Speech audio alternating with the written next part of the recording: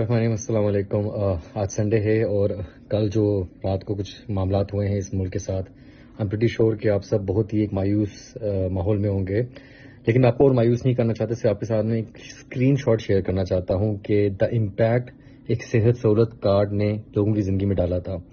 ये एक बंदे हैं जिन्हें मुझे आज सुबह कॉन्टैक्ट किया है और सिर्फ सोचें कि एक 37,000 रुपये ना होने पे इनकी टांग कटने का खदशा है।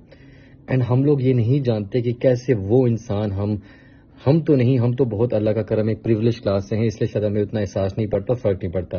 लेकिन ये वो लोग हैं जो एक छोटे से जो बेसिक हेल्थ फैसिलिटी वाले इलाज के लिए अपनी जेवरात, अपनी कमाई, अपने घर, अपने क्या क्या चीज़ें गिरवी रखवा के सिर्फ छोटा सा इलाज करते थे, और इमरान खान के सेहत सहूलत कार्ड के अंदर वो सब हमारे लिए मुफ्त था।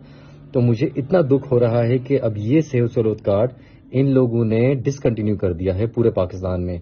तो अब क्या करें? अब किस मुंह से लोगों से वोट मांगेंगे?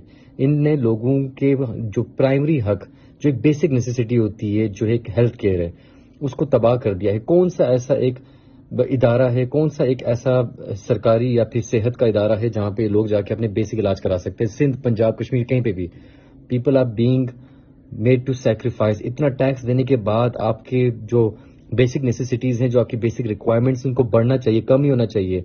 आपने अगर देखा हो कि पिछले 1.5-2 साल में हमारे टैक्सेस बढ़े हैं, लेकिन जो फैसिलिटीज़ हैं वो कम हुई हैं।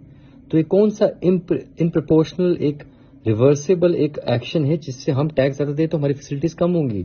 आप इन गरीबों का सोचें, आप अब मेरे और अपने बारे में मत सोचें। This is an alarming situation. कल को इस बंदे के पास 37,000 नहीं होते तो इसकी टांग कट जाएगी।